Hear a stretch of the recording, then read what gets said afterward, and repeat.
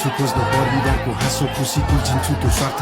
एक मात्र यो धर्म बुझी यही हो मेरो कर्म सोची किल्कीले हाँसोको खोजी टिल्टीले आँसुलाई पुछी बिहान बेलुकाको भुजा रोटी कार्यालय पूजा कोठी 2 पैसा जोगिने हो कि त्यही आशामा दौडिन्छु बेलुकासम्म हिँडिन्छु हाकिमहरूको इसारामा पुगिन्छ कि किनारमा भवसागरलाई तरेर के लेख्या छ निधारमा के भएन पढेर सापमुसीको संसारमा सकिँदैन लडेर मन खुसी यो व्यापारमा बेइमानीको चल्दो रहेछ रुखमा पैसा फल्दो रहेछ इमान्दारी बेच्नेको टाउकोमा अर्को टेक्नेको आफूलाई मात्र देख्नेको झुटा कुरा लेख्नेको बेसहारालाई हेप्नेको मैले त्यो सकिन कहिले समाजले दुश्मनको अहिले छोरा खिचखिच गर्छ जहिले हात हातमा आइफोन छ भन्नुस् के दिनु हो तपाईँले